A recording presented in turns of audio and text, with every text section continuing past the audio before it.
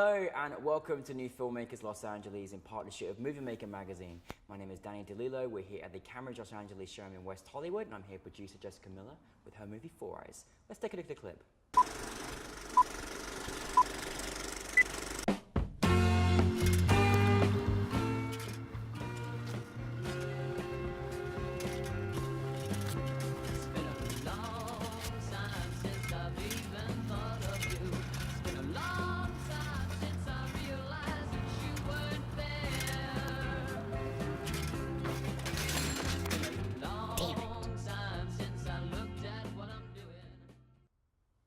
Jessica, thank you for being here today, and thank you for Four Eyes. Everybody loved it last night. I'm so glad.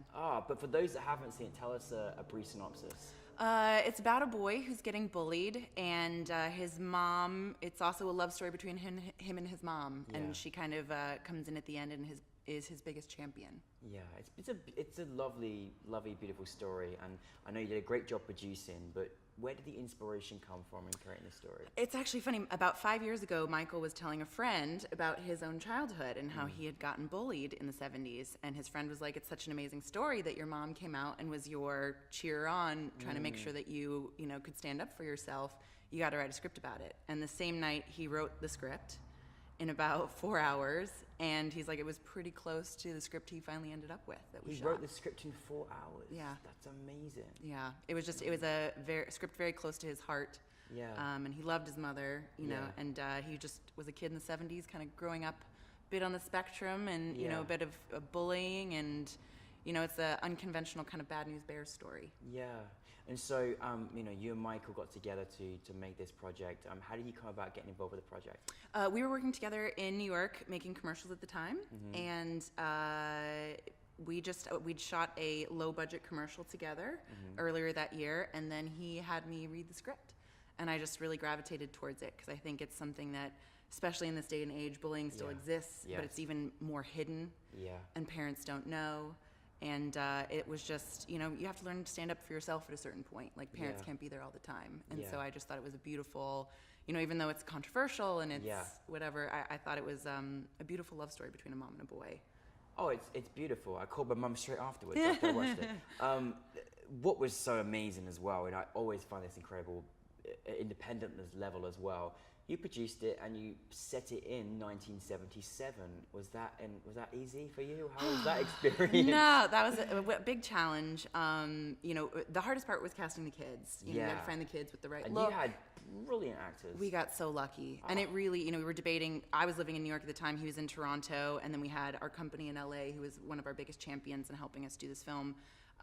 So we were just like, where do we shoot? We don't know, where's going to look the most 70s? Where are we going to find the talent? We were thinking maybe Toronto's better for, trying to get the money further, because obviously you're doing this on shoestrings. And we found the kids in LA, and we were just like, there's no question, we have to go there. They're the whole story. Yeah. So. And it's very vital you get the right friendships and that they connect together.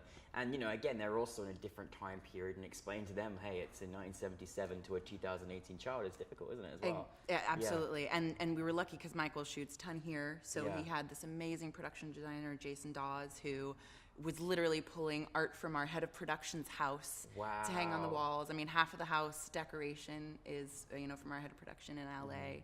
And we had an amazing costume designer we brought out from New York, because she was just so fantastic, and she was doing another job, and she's like, I'll just donate my time and help out to do this. This is part of your commercial production team. Yeah, so we really just had a lot of good love. Talented friends, hey? Yeah, that's we really good. We got a good team. Did you get the kids first, cast first, before you got the mum, or how did that work? We'd been looking for, we weren't sure how famous we wanted to go for the mom. We were thinking of going for like a bigger name to try and help get into the festival circuit.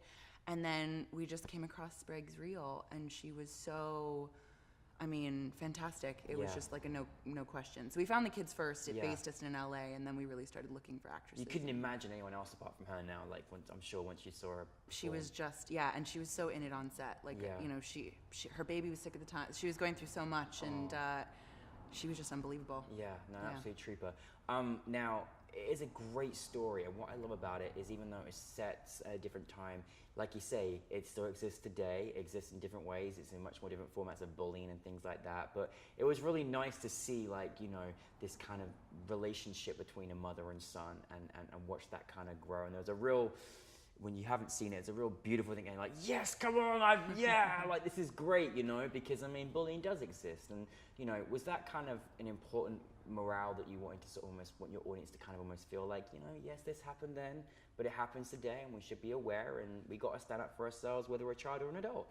I think it definitely was. It's funny because when Michael first wrote it, you know, he was like, if I'd shot this 15 years ago before I had kids, it would have been about the bullying and about my story and how I felt, and making the mom a bit of an outsider, you know, and that she and him were both kind of outsiders in this community. And then he's like, after having kids, it really, what he wanted to convey in the movie, and even as we shot it, it turned more and more into the story about the mother and the boy, because we just felt like it had so much heart and so much, you felt for her in a way that when you watch Bad News Bears, you know, it is more about the kids, and that's what I think our inspiration was a lot.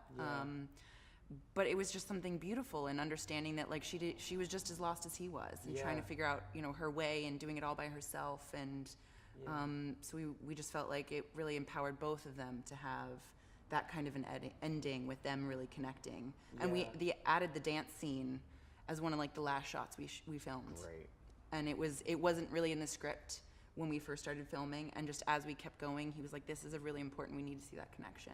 That was so moving. It's one of my favorite scenes in the whole movie. Oh my goodness. You just have to see it. You've not seen this. We're sorry to talk about it. But it really was a very moving moment between mother and son.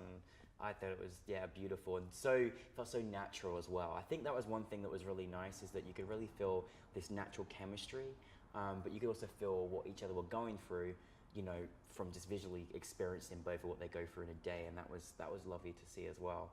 As a producer, what was the most difficult or biggest challenge that you felt creating this project? If there was any. You know, there's never anything on set right? at all. Probably we had a couple issues with people showing up. Obviously, you have people doing favors, and you have no money. So we had a bit of an issue with our sound, which we ended up having wonderful people who pinched hit and came in and brought gear and really pulled it out for us. But there were a couple mornings where we lost a couple hours, and of course, when you're working with kids and the hours are so short, that makes a huge difference, cutting 2 hours out of your day.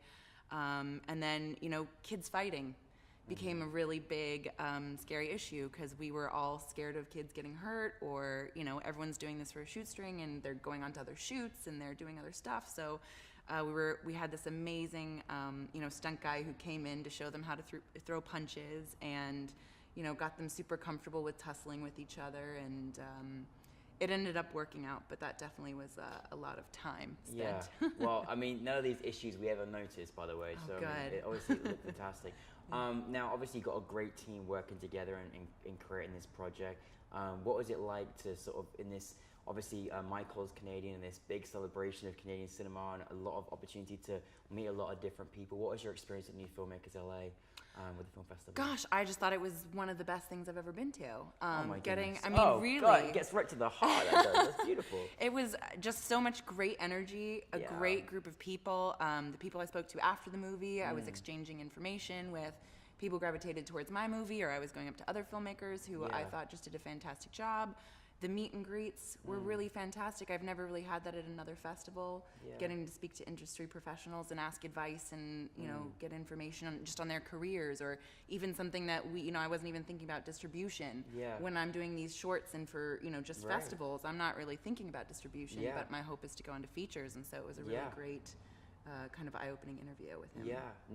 It's important to kind of consistently meet a lot of different people, and people that can help nurture you, and also people that work in different areas that you haven't made or come to yet or discovered yet, but having that network of people to support is really good. It's great we have the filmmakers as well, and Absolutely. just a big talented group. We can't do it without you guys, so, you know. What's next for you?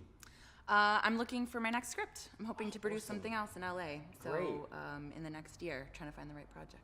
Excellent. We're putting that out to the universe right now. Yeah, definitely. Well, listen, thank you so much, Jesse, for being here. We honestly love this film. I just keep wanting to spread everywhere. I really feel like your film is sort of a great thing for even young people to see, to recognize, you know, about, you know, bullying. And I think that's something we can never hide away from, because there are many people that don't get to express themselves or don't showcase what they may go through, and people that are affected as an adult as well from it as well. So it's a very important story, and thank you so much for your great vision. Absolutely. Thank you so much for having me. Jessica Miller, Full Rights Around.